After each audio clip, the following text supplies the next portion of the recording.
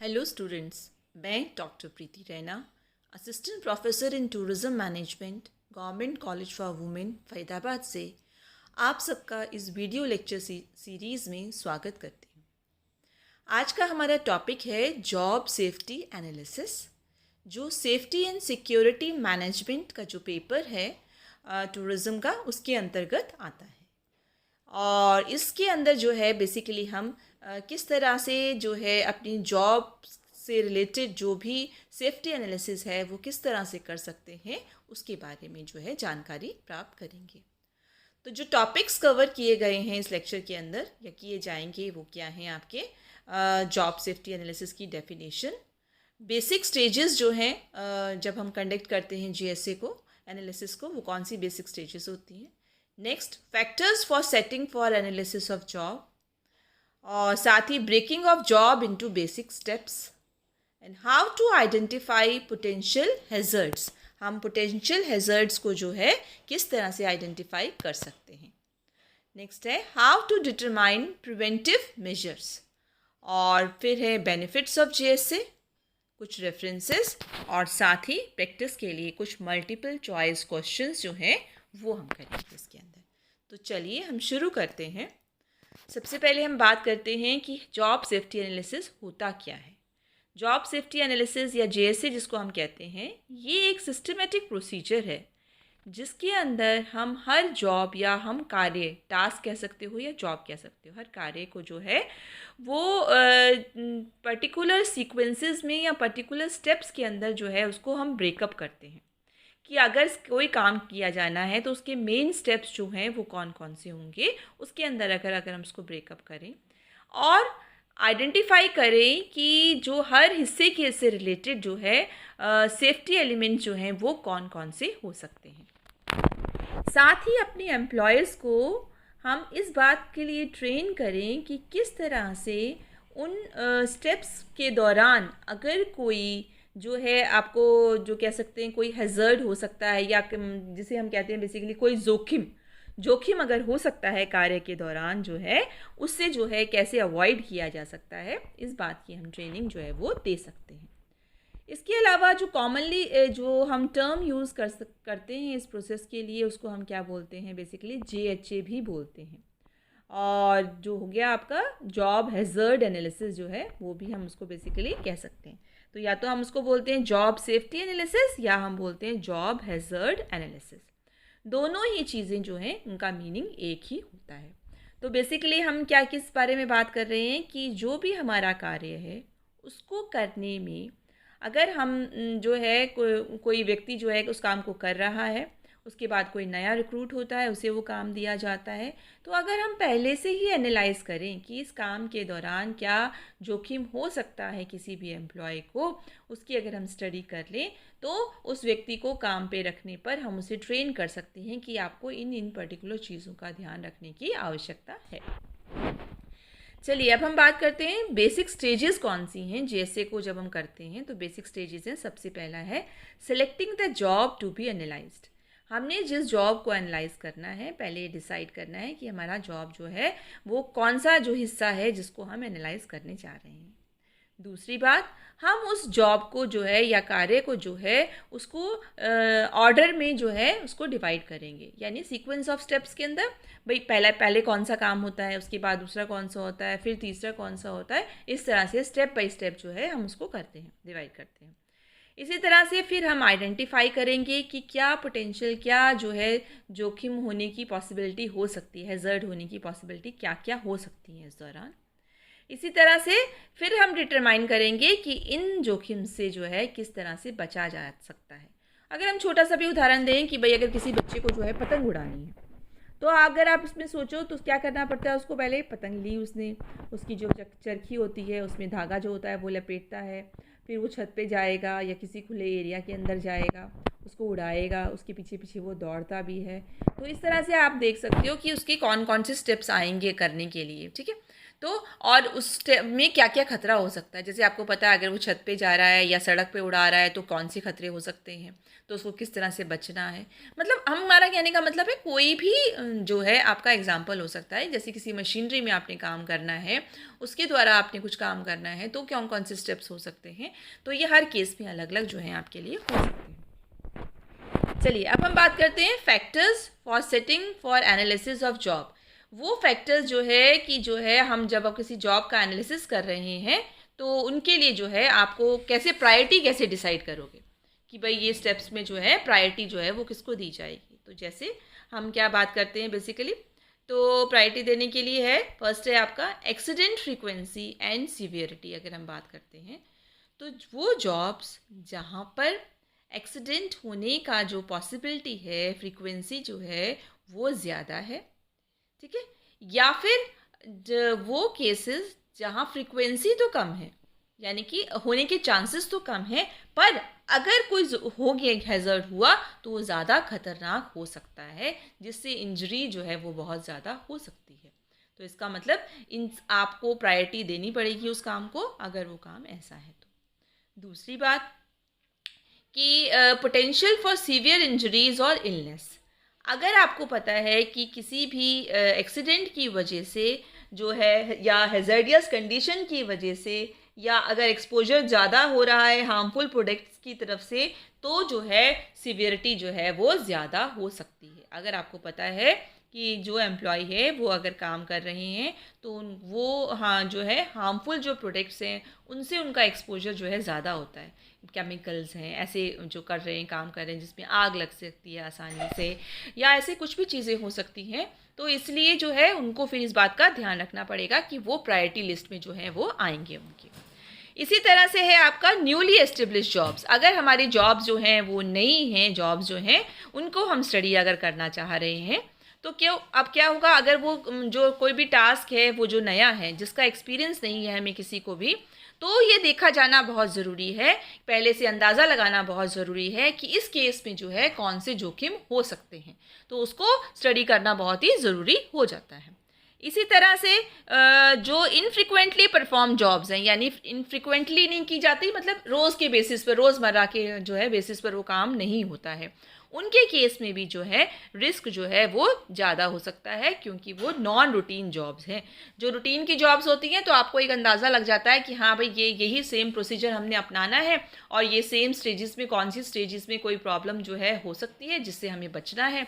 अगर हम गर्म लिक्विड से काम कर रहे हैं तो हमें ध्यान रखना है कि उबलता हुआ चीज़ हमारे ऊपर ना गिरे, फर्श पे कुछ गिरा हुआ ना हो जिससे हम फिसल ना जाए।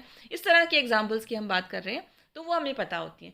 बट अगर जो ऐसी जॉब्स हैं जो कि फ्रिक्वेंटली नहीं होती, तो उस केस में जो है वो खतरा जो है वो ज़्यादा हो सकता है, ठीक है। तो ये है फैक्टर्स, जब हम सेट कर रहे हैं एनालिसिस को तो उन चीज़ों का जो है हम बेसिकली कैसे ध्यान रखते हैं।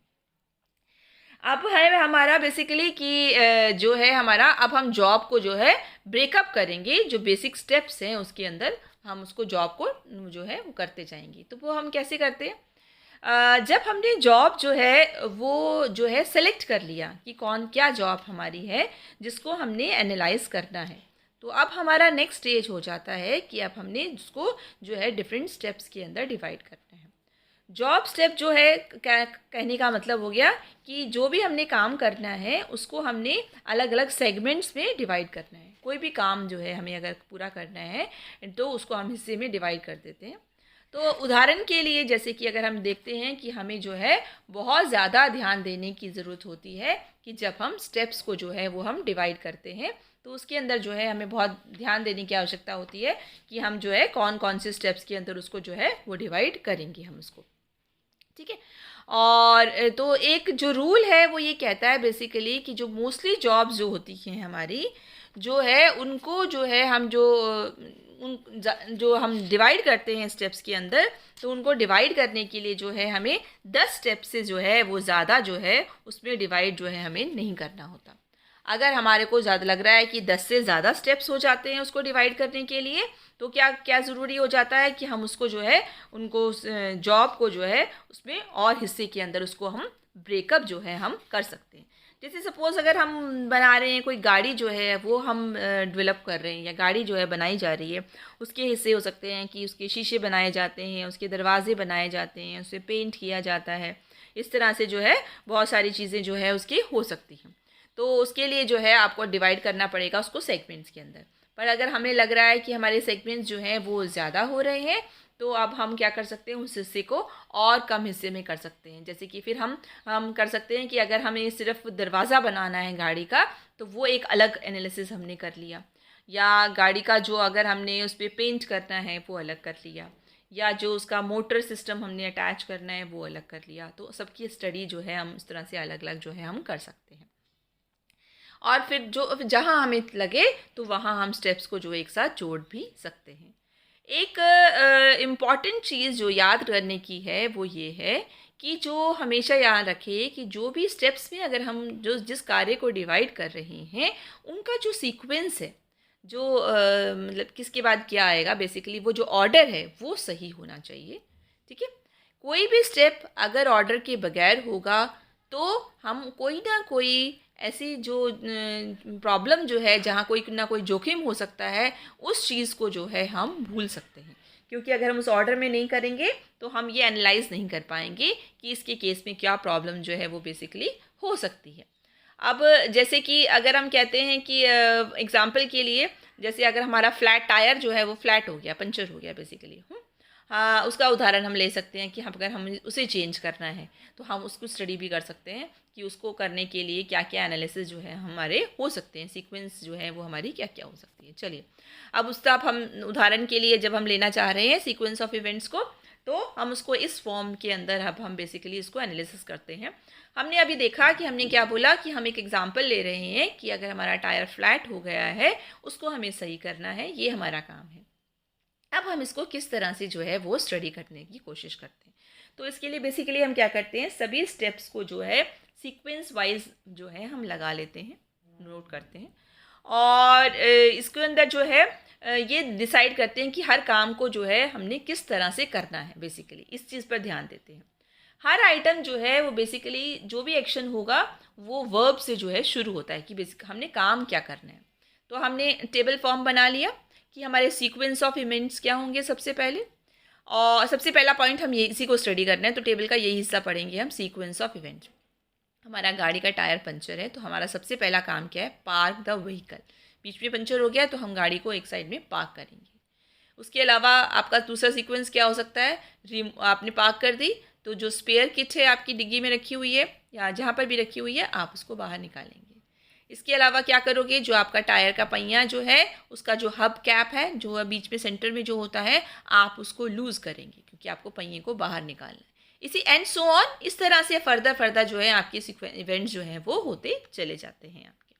ठीक है, इतनी चीज़ क्लियर हो गई आपको। अब इसी तरह से जो है अब हम देखते हैं कि आइडेंटिफाई जो अगर हमने करना है कि पोटेंशियल हैज़र्ड जो हैं वो हमारे कौन कौन से हो सकते हैं, उन चीज़ों को हमने देखना है। ठीक है, तो इससे पहले अगर आप ये देखो, हम दोबारा से वापस उसी स्टेप पे जाएं जॉब को करने के लिए। तो हमने क्या बोला था, पहले हम सीक्वेंस ऑफ इवेंट्स देखते हैं। इन्हीं सीक्वेंस के बेसिस पर हम देखेंगे कि पोटेंशियल एक्सीडेंट्स या हैज़र्ड्स क्या हो सकते हैं, यानी कि जब हम व्हीकल पार्क कर रहे हैं उसके दौरान जो है क्या क्या हमको जोखिम उठाना पड़ सकता है, क्या क्या रीज़न हो सकते हैं एक्सीडेंट के लिए, या किस टाइप का एक्सीडेंट फेस करना पड़ सकता है। ठीक है, और फिर उसी के बेसिस पर हम उसका प्रिवेंटिव मेजर्स भी जो हैं वो भी पढ़ेंगे। तो इस पार्ट में के अंदर जो है एनालिसिस का जो हिस्सा है, इसके अंदर हम देख पाते हैं कब किस तरह से देखेंगे, जब हम किसी भी वर्कर को काम करते हुए देखेंगे तो उसके काम के आधार पर हम इन सीक्वेंसेस को जो है वो डिसाइड कर सकते हैं। और दूसरी बात, जो अगर ऑब्जर्वर जो है, जो भी कोई व्यक्ति इस काम को होते हुए देख रहा है, वो इसका एनालिसिस ज़्यादा आसानी से कर सकता है। तो या फिर हम कह सकते हैं किसी भी कार्य के अंदर जो इमीडिएट सुपरवाइज़र है वो ज़्यादा आसानी से जो है ऑब्जर्वेशन कर सकता है इन चीज़ों के लिए। ठीक है, हालांकि जो है जो एनालिसिस जो है वहाँ जो है दूसरे व्यक्ति के द्वारा जब हो रहा होता है, उनके साथ में अगर हेल्थ और सेफ्टी कमेटी का मेंबर भी अगर कोई पार्टिसिपेट करे तो ऑब्जर्वेशन ज़्यादा आसान हो जाता है, क्योंकि वो व्यक्ति जो है कोई भी पॉइंट को जो है वो मिस नहीं करेगा। कि कोई भी पॉइंट, क्योंकि वो देखता रहेगा कि अच्छा ये स्टेज आ रही है जब इसको पहिया गाड़ी पार्क करनी है, सपोज़ फॉर एग्जांपल के लिए, तो गाड़ी पार्क करते वक्त अगर इसने ध्यान नहीं दिया तो एक्सीडेंट हो सकता है, गाड़ी के पीछे कोई और गाड़ी खड़ी हो सकती है, या सो ऑन जो भी कुछ एग्जांपल्स हो सकते हैं, वो इन चीज़ों पर ध्यान जो है वो आसानी से दे सकता है।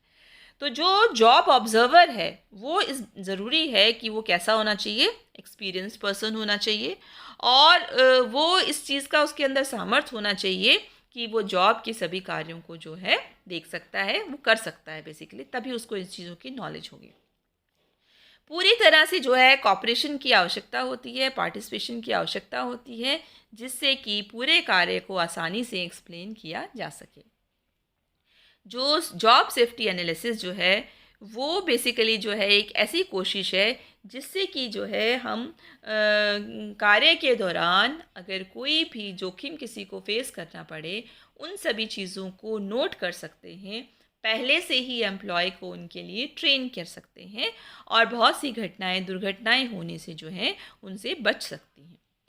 तो जो है वर्क एक्सपीरियंस जो है बेसिकली वो बहुत हेल्पफुल होता है जॉब और सेफ्टी इम्प्रूवमेंट के अंदर। जो भी वर्कर्स जो हैं उनका जो एक्सपीरियंस होता है, जो उस काम से जुड़े होते हैं, वो इसमें काफ़ी मदद करता है।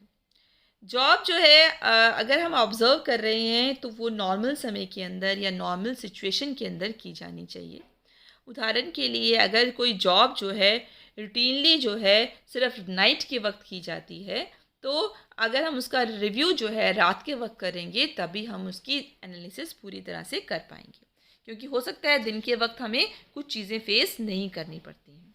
इसी तरह से जो रेगुलर टूल्स हैं या इक्विपमेंट्स हैं जिनका इस्तेमाल किया जाता है, उन एनालिसिस के वक्त भी उन्हीं का इस्तेमाल किया जाना चाहिए, क्योंकि हमने उसी वक्त देखना है ना भाई, अगर ये पर्टिकुलर टूल है जिसका आप इस्तेमाल कर रहे हो, पेचकस है या जो भी है स्क्रू ड्राइवर है, तो उससे क्या खतरा हो सकता है। ये एग्जांपल मैंने टायर के केस के लिए लिया था, अदरवाइज ये सिचुएशन जो है वो कोई भी हो सकती है।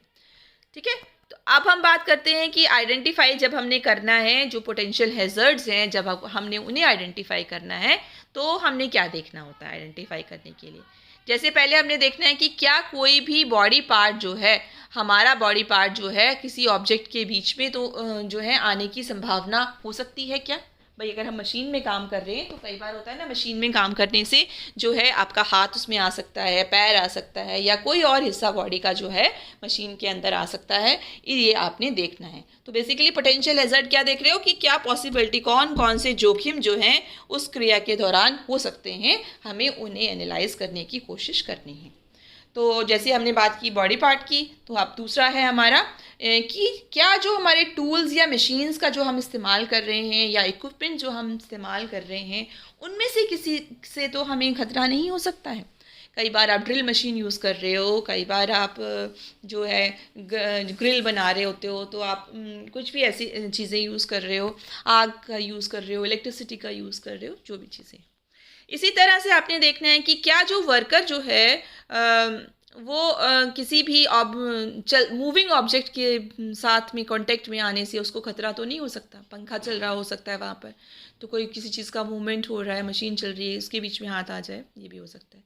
इसी तरह से क्या ये सिचुएशन तो कोई हज़ार्ड नहीं हो सकता है कि जो वर्कर है वो स्लिप कर जाए, या मतलब ऊंचाई पे काम कर रहा है, सीढ़ी लगा के काम कर रहा है, वहाँ से गिर जाए, ऐसी सिचुएशन, या सीढ़ियों से गिर जाए, ये पॉसिबिलिटी हो सकती है।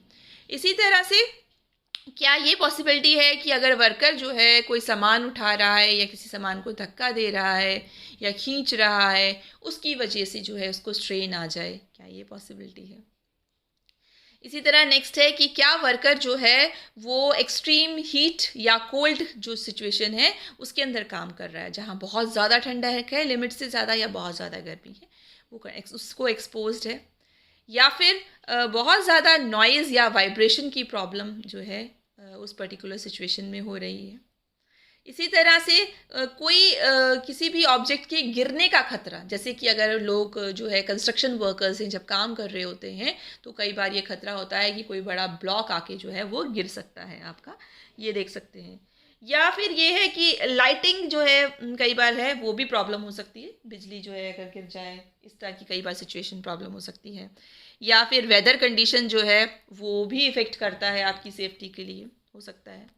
आप कहीं पर काम कर रहे हैं जिससे रेडिएशंस निकलती हैं जो ख़तरनाक हो सकती हैं आपके लिए, जो है वो पॉसिबिलिटी हो सकती है, क्योंकि कई बार जब आप केमिकल्स के साथ में या जो है इस तरह से आप काम कर रहे होते हो, न्यूक्लियर आप जो है साइट्स पे काम कर रहे हो, तो वहाँ भी हो सकती है।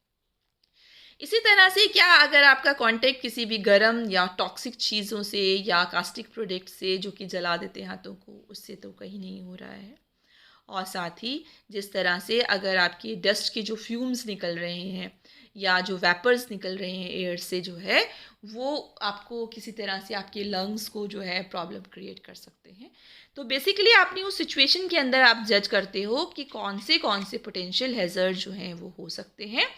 तो इसको जब भी वो जॉब एनालिस्ट जो है वो अगर काम करता है इसको, तो उसे इन क्वेश्चंस को जो है ध्यान में रखना होता है, और तभी उन्हीं के बेसिस पर वो एनालाइज जो है वो कर पाता है उस पर्टिकुलर सिचुएशन के लिए। ठीक है, अब हम बात करते हैं कि जो है हम आइडेंटिफाई कर लिया हैज़र्ड्स को। अब हम करेंगे कि हम किस तरह से पोटेंशियल हैज़र्ड्स को जब हमने आइडेंटिफाई करना है, तो उसके लिए बेसिकली जो है हम एक वर्कशीट तैयार करते हैं, और वर्कशीट पे जो है हर स्टेप के अकॉर्डिंगली जो है उसके पॉइंट्स जो है हम लिखते जाते हैं। जैसे अभी हमने सबसे पहला स्टेप किया था कि सीक्वेंस ऑफ इवेंट्स डिसाइड किए थे हमने, जिस चीज़ का एनालिसिस कर रहे हैं, जिस काम का, उसका एक सीक्वेंस डिसाइड किया था। तो हमने अभी कौन सा उदाहरण लेके चल रहे हैं सारे, हम उदाहरण लेके चल रहे हैं कि अगर हमारा टायर पंचर हो रहा है तो उस केस में अगर हमें टायर को लगाना है तो हमारे स्टेप्स हैं। तो हमने पहला स्टेप लिया था उदाहरण के लिए कि व्हीकल को पार्क करना, दूसरा स्पेयर किट को बाहर निकालना, और तीसरा जो है जो हब कैप है जो हमारे टायर की उसको लूज़ करना, और इसी तरह से और एग्जाम्पल हो सकते हैं। तो अब हम इसमें सबसे पहले अगर हम बात करते हैं व्हीकल को पार्क करने की बात कर रहे हैं, तो ठीक है। तो व्हीकल को पार्क करते वक्त क्या क्या खतरा हो सकता है अगर हम कहें, तो आप लोग सोच सकते हैं क्या क्या चीज़ें हो सकती हैं। जैसे हम सोचते हैं कि कई बार क्या हो सकता है, व्हीकल जो है वो बहुत ज़्यादा नज़दीक है किसी और व्हीकल के, यानी कि ट्रैफिक जो है वो जा रहा है रोड के ऊपर, हमारी गाड़ी ख़राब हो गई है, ट्रैफिक जा रहा है तेज़ी से, तो हमारा जो है वो बहुत ही नज़दीक है, बहुत नज़दीक से हमें टकरा के जो है कोई ना कोई और जा सकता है व्हीकल। या ये पॉसिबिलिटी भी हो सकती है, इस तरह का खतरा भी हो सकता है कि जो व्हीकल जो है जो खड़ा हुआ है जहाँ हमें पार्क करना है, वो जगह कैसी है, अनइवन है, और वहाँ की मिट्टी कैसी है, बहुत सॉफ्ट है, यानी कि धंसने का खतरा भी हो सकता है। व्हीकल जो है सही तरह से हम उसको खड़ा नहीं कर पाएंगे, ये पॉसिबिलिटी हो सकती है। इसी तरह से ये हो सकता है कि हमारा व्हीकल जो है वो रोल कर जाए, गिर जाए, मतलब क्योंकि अगर असमतल ज़मीन होगी या ऊपर नीचे वाला हिस्सा होगा या बहुत चढ़ाई वाला हिस्सा होगा, वहाँ हमारी गाड़ी ख़राब हुई है, वहाँ हमें गाड़ी पार्क करनी है, तो ये पॉसिबिलिटी हैज़र्ड जो है वो उनकी पॉसिबिलिटी जो है वो हो सकती है। ठीक है जी। इसी तरह से अगर हम स्पेयर किट की बात कर रहे हैं, तो स्पेयर किट की जो अगर हमने डिक्की में से निकालना है, तो कई बार क्या है, जब हम स्पेयर किट को निकाल रहे हैं, झुक रहे हैं निकालते वक्त, तो हमारी बैक में स्ट्रेन आने की पॉसिबिलिटी हो सकती है, ये हमने लिया। इसी तरह से जब हम हब कैप को लूज़ कर रहे हैं, तो क्या हो सकता है, जैसे ही आप उसको लूज़ करते हो ना, नट को लूज़ करते हो, तो वो एकदम से पॉपअप करके आपको लग सकता है, आपकी फेस पर या आपकी नोज़ पर कहीं भी लग सकता है। जो आप साथ में उसके लिए जो आप जो यूज़ करते हो, लग रेंच जो यूज़ करते हो उसको पहिए को घुमाने के लिए, वो भी कई बार स्लिप जो है वो कर सकता है। तो ये जो है आपकी पॉसिबिलिटीज़ जो है हमने देखा हैज़र्ड्स की जो है वो हो सकती हैं। तो इसी तरह से अब अगर हम पार्टिसिपेंट जो है इसका पूरी तरह से जो है वो जॉइंटली जो है वो रिव्यू जो है वो बेसिकली मिलकर कर सकता है। अब हम इसमें बात कर रहे हैं, जब हमने कहा कि हम प्रिवेंट जो हैज़र्ड्स हमने देख लिए, पहले हमने स्टेप्स डिसाइड कर लिए, उसके बाद में हमने कौन कौन से हैज़र्ड हो सकते हैं हमने वो देख लिए। अब हमारा काम क्या रह गया कि हम ये डिटरमाइन करेंगे कि हमारे प्रिवेंटिव मेजर्स जो है वो क्या क्या हो सकते हैं। तो सबसे पहला तो हो सकता है इसके अंदर कि एलिमिनेट द हैज़र्ड, कि जो जोखिम हो सकता है हम जोखिम को हटा दें। सबसे पहले तो काम हम ये कर सकते हैं, ठीक है। और सब तो अगर हम जोखिम को हटाने के लिए क्या किया जा सकता है बेसिकली, तो अगर हमें मोस्ट इफ़ेक्टिव मेजर हमारा हम कहते हैं ये है कि हम जोखिम को ही हटा दें। तो जोखिम को हटाने के लिए जो है क्या क्या चीज़ें पॉसिबल हैं। सबसे पहला, चूज़ ए डिफरेंट प्रोसेस, कि हम जो है उस काम को करने के लिए अलग प्रोसेस इस्तेमाल करें, क्योंकि हम जिस काम अभी हमने जो प्रोसेस लिया है उसके अंदर हमने देखा कि जोखिम जो है वो ज़्यादा है। तो ये पॉसिबिलिटी है ना कि भाई हम वो तरीका ही अपना दें, हटा दें, तो हो सकता है कि हमारी पॉसिबिलिटी जो है जोखिम की कम हो जाए। या फिर हम जो एग्जिस्टिंग प्रोसेस है, जो हमारा पहले से प्रोसेस चला आ रहा है, उसके अंदर कुछ मॉडिफिकेशन या बदलाव कर दें, तो हो सकता है कि हम उस जोखिम को हटा लें या कम कर दें। इसी तरह से जो हम जो भी प्रोडक्ट का इस्तेमाल कर रहे हैं जो हैज़ार्डियस हो सकता है, हम उसको सब्स्टिट्यूट भी कर सकते हैं। उसकी जगह कोई और ऐसी चीज़ का इस्तेमाल करें जिससे कि हमें नुकसान कम हो, ये भी तो हो सकता है। जैसे आप उदाहरण के लिए हम कहीं पर कोई केमिकल यूज़ कर रहे हैं, हमें पता है वो केमिकल अगर उसकी फ्यूम्स हमारे तक आ गए वो बहुत ख़तरनाक है, तो कुछ और ऐसा प्रोडक्ट यूज़ कर लें जिससे कि जो है हमको ज़्यादा खतरा ना हो, ये भी किया जा सकता है। इसी तरह से इम्प्रूव करें एनवायरनमेंट को, हम अपने कुछ इम्प्रूवमेंट अपने एनवायरनमेंट्स में भी कर सकते हैं। जैसे हमने फ्यूम्स की बात की, तो हम क्या कर सकते हैं, वेंटिलेशन हो अच्छा हो, वहाँ पर आपने जो एग्जॉस्ट लगा रखा हो तो अंदर की जो हवा है वो बाहर जा रही है, उससे ये पॉसिबिलिटी हो सकती है। साथ ही जो है जो हमारे इक्विपमेंट्स हैं या जो हमारे टूल्स हैं उनको भी हम बदल सकते हैं। अगर हमें लग रहा है कि इनकी वजह से जो है खतरा जो है वो हमारा ज़्यादा होता है, तो हम उन आइटम्स को भी चेंज जो है वो कर सकते हैं। ठीक है, तो ये था कि हम किस तरह से जो है निश्चित करेंगे हमारे प्रिवेंटिव मेजर्स को जो है वो करते हैं। राइट, अब हम बात कर रहे हैं कि उसी सिलसिले के अंदर पहला हमने स्टेप किया था कि एलिमिनेट कर दें, सीधा सबसे पहला इंपॉर्टेंट काम हमने किया कि हम उस हैज़र्ड को ही हटा दें, ये हमने किया था। और किस तरह से हटाने के ऑप्शंस थे वो भी हमने कर। दूसरी बात की हमने contain the hazard. Contain the hazard का मतलब होता है कि अगर हमें पता है कि हम उस हैज़र्ड को एलिमिनेट नहीं कर सकते हैं, रिमूव नहीं कर सकते हैं, तो उस केस के अंदर हम जो है उसको उस हैज़र्डियस जो है प्रोडक्ट के साथ में कांटेक्ट जो है उसको कम कर सकते हैं कई बार। जैसे कि हम एनक्लोजर्स का इस्तेमाल करें, जहाँ भी हम ऐसे पदार्थों के साथ डील कर रहे हैं, ऐसे चीज़ों के साथ डील कर रहे हैं, वहाँ पर एनक्लोजर्स लगे हुए हों कि हर व्यक्ति जो है वहाँ पर नहीं पहुँच सकता है। जो जिसको नॉलेज है, जिसके जो इक्विपमेंट्स पहने हुए हैं वही वहाँ काम करेगा, तो उसको हम सीमित कर सकते हैं, ये कर सकते हैं। या और मशीन गार्ड्स हम रख सकते हैं, और जो वर्कर बूथ्स या उसी तरह से हम कुछ डिवाइसेस का इस्तेमाल भी कर सकते हैं। तो जो व्यक्ति जो है पूरी तरह से अपने आप को जो है सुरक्षित रखने के लिए उसने इक्विपमेंट्स का इस्तेमाल कर रहा है, उसने उस तरह का अपने आप को जो है जो भी आइटम्स हैं वो ले रखे हैं, कपड़े पहन रखे हैं, इस तरह से वही उनको टच कर सकता है, बाकी ना जाए उस एरिया की। ठीक है, तीसरी बात, रिवाइज वर्क प्रोसीजर। जो हमारा काम करने का जो प्रोसीजर है उसके अंदर भी हम बदलाव कर सकते हैं, जैसे कि हम अपने जो भी स्टेप्स हैं उनको बदल सकते हैं, जो हैज़ार्डियस हो सकते हैं। तो अगर हम जो है सीक्वेंस चेंज करते हैं स्टेप्स की, या एडिशनल जो है हम स्टेप्स जो हैं इसके अंदर एक तरह से जो है वो हम डाल सकते हैं। तो अगर हमें पता है कि जो भाई इन स्टेप्स की वजह से खतरा हो सकता है, तो हम क्या कर सकते हैं, इसमें या तो नए स्टेप्स डाल दें हम, या हम जो भी है उसको उन स्टेप्स को बदल सकते हैं जहाँ जिनकी वजह से हमें लग सकता है कि अगर ये वाला काम इस तरह से होगा तो इसमें खतरा ज़्यादा है, तो उस स्टेप्स को हम चेंज कर सकते हैं। नेक्स्ट है रिड्यूस द एक्सपोजर, कि जो है जो हम कोशिश ये कर सकते हैं कि अगर हमें लग रहा है कि कोई सॉल्यूशन पॉसिबल नहीं है, तो हम कम से कम जो है ज़रूरत के, जब हमें लगता है कि अगर पर्टिकुलर केमिकल से जितना ज़्यादा हम उसके पास जाएंगे, जितना ज़्यादा वहाँ काम करेंगे, ज़्यादा खतरा होगा, तो हम ये कर सकते हैं कि उस चीज़ों का एक्सपोजर हमें मिनिमम हो, कम से कम एक्सपोजर हो, या कहीं से रेडिएशन निकल रही है तो उसका एक्सपोजर हमें कम से कम हो। उदाहरण के लिए जो है मशीनरी जो है उसको हम मॉडिफाई कर सकते हैं, जिससे कि जो है उसको लेस मेंटेनेंस की आवश्यकता पड़ेगी, और जो एप्रोप्रिएट पर्सनल प्रोटेक्टिव इक्विपमेंट्स हो सकते हैं, जो भी ज़रूरत हो सकते हैं, उनका इस्तेमाल कर सकते हैं। और किसी भी इंसिडेंट की सीवियरिटी को कम करने के लिए, या इमरजेंसी जो है की प्रॉब्लम्स को उनको कम करने के लिए, जैसे कि आई वॉश स्टेशंस जो हैं उनकी आवश्यकता पड़ सकती है, वो हम प्रोवाइड करा सकते हैं। जहाँ पर आप केमिकल्स या फ्यूम से डील कर रहे हो, तो जो है उसके लिए जो है आपके पास में ये होना चाहिए कि आप कई बार जाके बीच में जो है आइस धो के आ सकते हैं, ये आप कर सकते हैं। और एक्सपोजर आपका कम हो जाएगा अगर आपने प्रोटेक्टिव इक्विपमेंट्स पहन रखे होंगे, तो भी जो है हमारा एक्सपोजर जो है वो कम हो सकता है। आपने गॉगल्स लगाए हुए हैं, आपने वो पर्टिकुलर जो है सूट पहना हुआ है जिससे कि आपको खतरा कम हो, ये चीज़ें हम जो है कर सकते हैं। ठीक है। सो जो हमारे प्रिवेंटिव मेजर्स जो हैं वो जो हैं बेसिकली हम उनके अंदर जो है हम ये कोशिश कर सकते हैं कि जो भी मेजर्स जो हैं उनका इस्तेमाल करके जो है हम खतरे को जो बेसिकली हम जो है वो कम कर सकते हैं। ठीक है।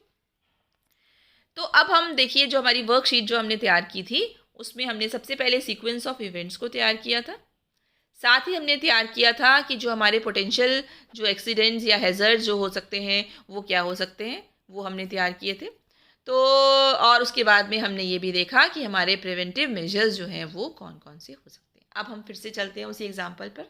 जो हमारा एग्जांपल था, हमारा अगर टायर फ्लैट हुआ है तो सबसे पहले हमने बात की थी पार्क करना है व्हीकल को, और हमें पता चल गया था कि एक्सीडेंट क्या क्या हो सकते हैं उससे।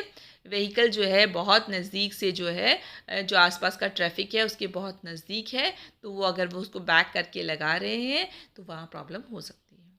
दूसरी बात, व्हीकल जो है वो कैसा है, अनइवन रोड पर खड़ा है या जो सॉफ्ट ग्राउंड है, ये पॉसिबिलिटी है, या फिर व्हीकल गिर सकता है। ये हमें समझ आ गया।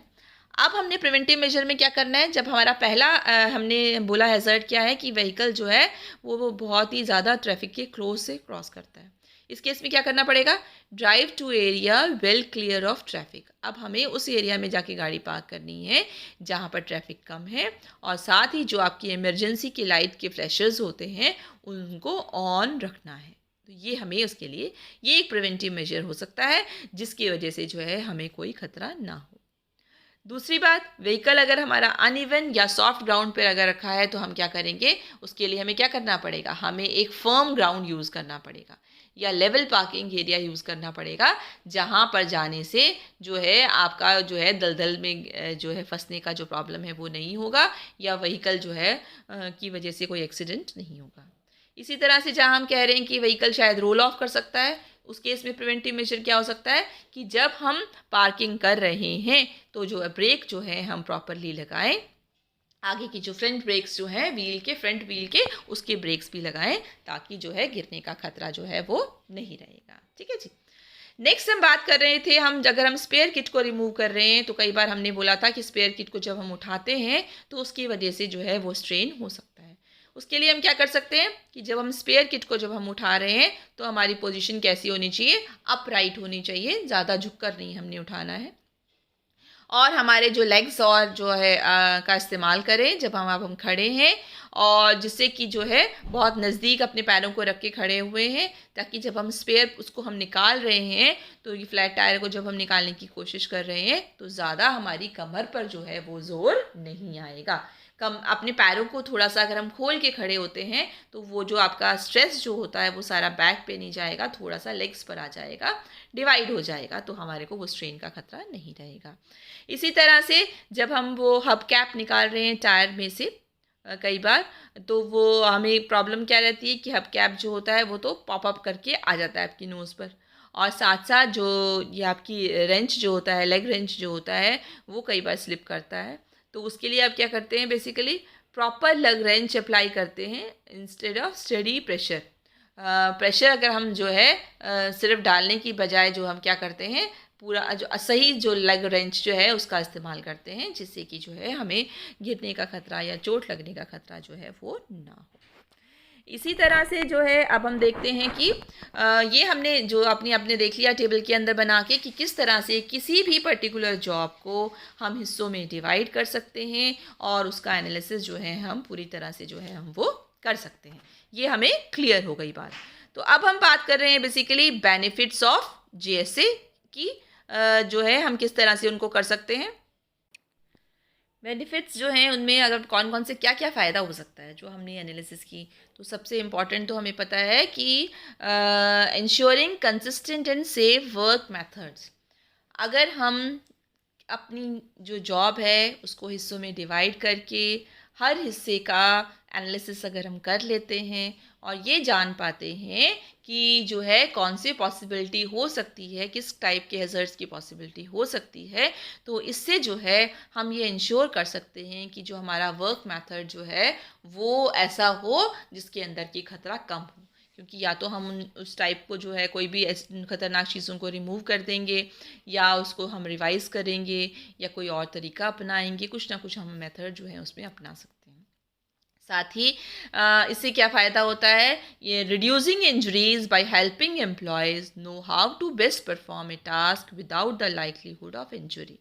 इससे हमारे को ये मदद मिलती है कि हम अपने वर्कर्स को, हम अपने एम्प्लॉयज़ को बता सकते हैं कि वो एक पर्टिकुलर टास्क को जो है बिना ये इस चांस के कि उन्हें कोई चोट लग सकती है, वो ये जान पा सकते हैं कि इस काम के अंदर जो है इंजरीज़ को किस तरह से हम कम कर सकते हैं। मतलब कि हम किस तरह से कौन सा तरीका अपनाएं जिसकी वजह से हमारे को चांसेस जो हैं वो कम रहेंगे। जैसे एग्जांपल के लिए हमने बोला कि हम किचन में अगर हम काम कर रहे हैं और वहाँ पर हम गर्म लिक्विड्स के साथ में काम कर रहे हैं, तो अगर हमारी कोशिश रहेगी हम होल्डर्स लें या हाथ में हमने ग्लव्स पहने हुए हों जिससे हम गर्म आइटम्स को पकड़ रहे हैं, डायरेक्टली नहीं पकड़ रहे हैं, ठीक है। तो इस तरह से वहाँ से जो धुआं निकल रहा है तो हमने एग्जॉस्ट का इस्तेमाल कर रहे हैं, तो इस तरह से हमारे चांसेस जो हैं वो कम रहेंगे। साथ ही हमने जो है जो फुटवेयर है वो ऐसा पहन रखा है जो कि नॉन स्लिपरी हो, जिससे कि हम फिसल कर गिर ना जाएं अगर हम ऑयल का इस्तेमाल कर रहे हैं। तो इस तरह से जो है हम उस खतरे को जो है वो कम कर सकते हैं। नेक्स्ट है, it provides a form of training documentation regarding the employees knowledge of job security requirements. इसी तरह से जो है हम ये एक इसके द्वारा एक ट्रेनिंग डॉक्यूमेंटेशन तैयार कर सकते हैं, ट्रेनिंग डॉक्यूमेंट भी तैयार कर सकते हैं जिसको जो भी नया वर्कर है उसको टाइम टू टाइमली उसको पढ़ सकता है, वो जान सकता है कि इस पर्टिकुलर जॉब को जो उसे असाइन की गई है उसके लिए जो है उसको नॉलेज हो जाएगी कि जॉब सेफ्टी की क्या रिक्वायरमेंट्स की आवश्यकता होती है। और इस तरह से जो है ओशा की जो रिक्वायरमेंट है, ओशा जो है जिसके अंतर्गत जो है हम जॉब सेफ्टी का ध्यान रखते थे, जो है हेल्थ सेफ्टी का ध्यान रखते थे वर्कर की, उसकी जो रिक्वायरमेंट्स है हम उसको भी पूरा कर पाते हैं। क्योंकि उसका मतलब भी यही है कि भाई कोई भी एम्प्लॉयर जो है वो ये ध्यान रखे कि वहाँ पर जो काम करने वाले जो एम्प्लॉयज़ हैं उनको किसी बात का खतरा ना हो, उनको किसी तरह का नुकसान ना हो, इस बात का ध्यान रखें। तो ये जीएसए के थ्रू भी हम उसी काम को जो है वो पूरा करते हैं। ठीक है, इतनी बात हमें समझ में आई। और साथ में हमें क्या ये एक बात और समझ में आई कि मेन बेनिफिट जीएससी का क्या है कि हमें प्रिपरेशन स्टेज में ही क्लियर हो जाता है कि हम जो है किसी भी स्टेप को जो है किस तरह से जो है उसको तैयार करेंगे। और एनालिसिस के प्रोसेस से हम आइडेंटिफाई कर पाते हैं कि जो पहले हैज़र्ड्स जो हैं जो अनडिटेक्टेड रह गए थे, जिनको ध्यान नहीं दिया गया था, उन पे अब ध्यान दिया जा रहा है। और जो जॉब नॉलेज है किसी भी व्यक्ति की जो है वो भी इंक्रीज़ हो रही है। सेफ्टी और हेल्थ अवेयरनेस जो है वो उसमें काफ़ी जो है बढ़ावा आया है, बहुत इंक्रीज़ हुआ है। मतलब हम कह सकते हैं कि इंक्रीज़ हुआ मतलब कि एनालिसिस करना जो है और आसान हो गया है अगर हमने जो सुपरवाइज़र है और वर्कर जो हैं उनका कम्युनिकेशन, उनका कोऑर्डिनेशन इंक्रीज़ कर दिया। तो अगर वो आपस में कोऑर्डिनेट कर पाते हैं तो वो आसानी से पॉसिबल क्या क्या हो सकता है ये भी बता सकते हैं। इसी तरह से जो जीएसए जो है वो और अच्छी तरह से काम कर सकता है, इसका और बेनिफिट हो सकता है अगर हम इस सारे वर्क प्रोसीजर को रिटन जो है फॉर्म में लिख देते हैं। और ये एक जो है बेसिकली जो एक बेस का काम करता है सभी सुपरवाइज़र्स के लिए भी और वर्कर्स के लिए भी, क्योंकि उनके लिए सिखाना आसान हो जाता है और जो है जो हमारे जो वर्कर्स हैं उनके लिए काम करना जो है वो बेसिकली आसान हो जाता है अगर उनको सारी चीज़ें क्लियर होती हैं। तो ये एक टीचिंग एड का काम करता है। जब हम इनिशियली जॉब ट्रेनिंग दे रहे होते हैं अपने वर्कर्स को तो ये एक इनिशियली जो है टीचिंग एड का काम करता है। और इसके द्वारा जो है जो भी हमारी जॉब्स जो हैं उनको जो है हम जो है सही तरह से जो है उनको कर सकते हैं, बता सकते हैं कि इनको काम कैसे करना है या इनसे जो कोई ख़तरा हो सकता है, इनसे हमें कैसे जूझना है, वो सारी चीज़ें जो हैं हम बता सकते हैं। तो बेसिकली जो भी हेल्थ और सेफ्टी के जो इंस्पेक्शंस होते हैं या ऑब्जर्वेशंस होते हैं या उस टीम का कोई मेंबर होता है तो वो पूरी तरह से जो है जांच कर सकता है। तो इससे क्या है, मेन पर्पस क्या सॉल्व होता है कि कोई भी जॉब सेफ्टी का एनालिसिस अगर हमने कर लिया, उससे हमारे एम्प्लॉयर्स जो हैं, जो काम कर रहे हैं, उनको किसी भी एक्सीडेंट को फेस करना या किसी भी जोखिम को जो फेस करना होता है, उसकी पॉसिबिलिटीज़ कम हो जाती हैं। वो ज़्यादा सेफ तरीके से अपना काम जो है वो कर सकते हैं। चलिए, नेक्स्ट है हमारा व्हेन इज जीएसए जो है रिकमेंडेड, जो है हम आपको जो जीएसए को जो रिकमेंड जो करते हैं, वो बेसिकली किस केस में किया जाता है। ये हम करते हैं जब कोई भी जॉब या कोई भी टास्क जहाँ पर इंजरी रेट जो है वो ज़्यादा होता है। मतलब हमें किन किन केसेस में किस टाइप की जॉब का एनालिसिस करना है, तो कब करना है, जब हमें पता है कोई भी कार्य जो हमारे द्वारा कराया जा रहा है उसके अंदर इंजरी रेट ज़्यादा होता है। अगर कोई लंबी ऊंची इमारतों पे कंस्ट्रक्शन हो रहा है, तो हमें पता है अगर ऊंची इमारतों पे कंस्ट्रक्शन हो रहा है और वर्कर्स जो है रस्सी को बांध कर जो है अपना काम कर रहे हैं, तो हमें पता है कि यहाँ जो है पॉसिबिलिटी जो है वो ज़्यादा होती है। इसी तरह से कोई मशीनरी के अंदर काम कर रहे हैं जिसके अंदर का बहुत ज़्यादा खतरा रहता है हाथ जो है कटने का, वो भी हो सकता है। और भी बहुत सारे ऐसे उदाहरण हो सकते हैं। इसके अलावा जो है कि जो आपकी जॉब है या टास्क जो है जहाँ पर ये खतरा ज़्यादा है कि इसकी वजह से जो है कोई भी व्यक्ति जो है वो डिसेबल हो सकता है, वो उसको कोई बीमारी लग सकती है, या जो है आपको पता है कि इवन कोई पुरानी हिस्ट्री नहीं है इस टाइप की, पर फिर भी यहाँ पर एक चांसेस हो सकते हैं कि अगर किसी को जो है इस टाइप का काम करते हुए, इस तरह से मशीनरी से काम करते हुए उनको कोई ना कोई नुकसान जो है वो ज़्यादा झेलना पड़ सकता है, तो उस केसेस में रिकमेंड जो है वो ये किया जाता है। इसी तरह से जो जॉब्स जो हैं आपके लिए नई हैं या फिर आपने पुरानी जॉब्स के अंदर कोई बदलाव किए हैं, उनका भी फिर से एनालिसिस करने की आवश्यकता जो होती है वो होती है। तो ये सभी केसेस हैं जिनके केस में, यानी कि बेसिकली तो वही हो गया कि जिन केसेस के अंदर इंजरी रेट ज़्यादा है या वो ऐसे टास्क जो कि नए हैं, हमने अभी उनको ऑब्ज़र्व नहीं किया है, उन सभी का जॉब सेफ्टी एनालिसिस होना बहुत ही ज़रूरी होता है। तो ये क्लियर हो गया आपको। चलिए, अब हम करते हैं what are the supervisor responsible for concerning GSA. जो है सुपरवाइज़र जो होते हैं वो रिस्पॉन्सिबल होते हैं जीएसए से रिलेटेड। तो उनको क्या करना होता है बेसिकली उसके अंदर, तो उनको बेसिकली क्या करना होता है, उनको जीएसए लिखना होता है, यानी कि जो पूरा उन्होंने एनालिसिस किया उसको डॉक्यूमेंटेशन उसका करना होता है। और जो है उसी के बेसिस पर जो भी स्टाफ जो है, जो ट्रेनिंग जो है जिसको दी जा रही है, जब आप उसको रखते हैं जॉब के ऊपर, या कोई पर्सन पहले कर रहा है पर उसको ये पर्टिकुलर जॉब दिया गया है, उसको ट्रांसफ़र किया गया है, उसके जॉब में बदलाव किए गए हैं, उनके लिए जो है ये ज़रूरी होता है कि वो जो सुपरवाइज़र हैं उनको इन चीज़ों की ट्रेनिंग जो है वो देते हैं। साथ ही जो वर्क के जो रूल्स हैं उनको एनफोर्स करने के लिए भी जो है वो सुपरवाइज़र रिस्पॉन्सिबल होता है। वो बताएगा कि भाई ये आपने अगर इस तरह का काम कर रहे हो तो आपको ये इक्विपमेंट्स पहनने ही पहनने हैं, ये सेफ्टी इक्विपमेंट्स पहनने ज़रूरी हैं। आपको जो है काम कर रहे हैं तो आपको जो है जो रबर के शूज़ पहनने हैं, बिजली से आप काम कर रहे हो, ग्लव्स आपके हाथों में होने चाहिए। ये एग्जांपल्स हम बता रहे हैं। उस एरिया के अंदर आपको स्मोकिंग नहीं करनी है। इस टाइप की चीज़ें जो है उनका ध्यान रखना सुपरवाइज़र की रिस्पॉन्सिबिलिटी होती है। ठीक है, चलिए, तो अब एम्प्लॉयज़ की क्या रिस्पॉन्सिबिलिटी होती है जीएसए से रिलेटेड, तो उनकी क्या रिस्पॉन्सिबिलिटी है, वो उनकी रिस्पॉन्सिबिलिटी ये है कि जो एम्प्लॉयज़ हैं उनको जो जॉब या टास्क दिया गया है समय समय पर उससे रिलेटेड जो जीएसए तैयार किए गए हैं उसको वो रिव्यू करें। ठीक है, यानी कि उसका एनालिसिस करेंगे और उसको पढ़ेंगे, उसको नोट डाउन करेंगे, जो एनालिसिस होता है आपका, ये सब करने की ज़रूरत होती है। दूसरी बात ये उनके लिए ज़रूरी है एम्प्लॉयज़ के लिए कि वो जो भी आपकी रिक्वायर्ड होती हैं टास्क के लिए, इक्विपमेंट्स जो रिक्वायर्ड होते हैं, हम बेसिकली एमपीपी की बात क्या कर रहे हैं, जो इक्विपमेंट्स की रिक्वायरमेंट होती है उसको वो पूरा करें, जो सेफ्टी इक्विपमेंट्स हैं। इसके अलावा जो है जो भी स्टेप्स जो बताए गए हैं किसी भी टास्क को करने के लिए कि भाई अगर इस पर्टिकुलर काम को सेफ तरीके से करना है तो कौन कौन से स्टेप्स होंगे, उनको भी फॉलो जो है वो किया जाना चाहिए। ये एम्प्लॉयज़ के लिए जो है वो रिस्पॉन्सिबिलिटी होती है। ठीक है, सो आई होप आपको ये सभी को क्लियर हो गया है कि जॉब सेफ्टी एनालिसिस जो है वो हम क्यों कर रहे हैं, किस तरह से कर रहे हैं और उसका क्या बेनिफिट होता है। तो किसी भी जॉब को करने के लिए अगर आप उसको एनालिसिस पहले से करके रखोगे तो उसके अकॉर्डिंगली अपने एम्प्लॉयज़ को उसके बारे में समझा सकते हो, उन्हें बता सकते हो कि किन किन बातों को ध्यान रखना ज़रूरी है। उस एनालिसिस के बेसिस पर उनके लिए जगह जगह पर वार्निंग लगाई जा सकती है कि उन्हें किन को फॉलो करना है, और इस तरह से सेफ़ तरीके से काम जो है वो हो सकता है। ये कुछ रेफरेंसेस दिए गए हैं।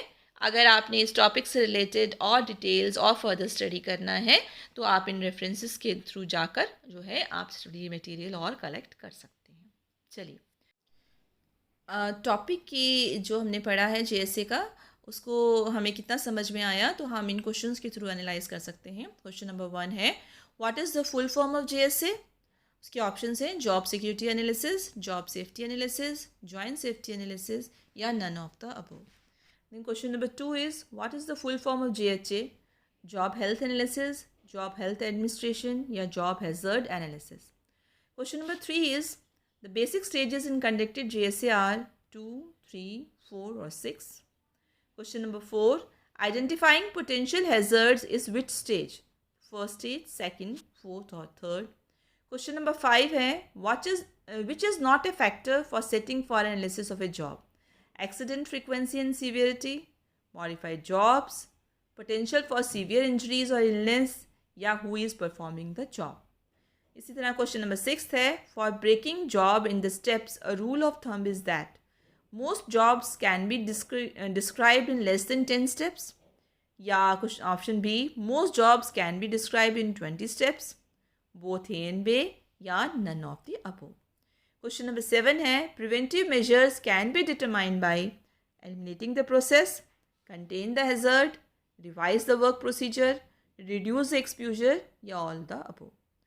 Question number 8 है, techniques used to eliminate hazards can be choose a different process, modify the process या do not improve environment या both A and B. Question number 9 है, benefits of JSAR does not compile with many OSHA requirements. It provides a form of training, ensure consistent and safe work method, both B and C, yeah, all of the above. And question number 10 is, the potential hazards can be identified on observation of knowledge of accident, personal experience, both A and B, या none of the above. So इसके साथ जो है आपका topic जो है complete होता है। आई होप आप सबको ये क्लियर हो गया है। So keep learning and happy learning. Thank you.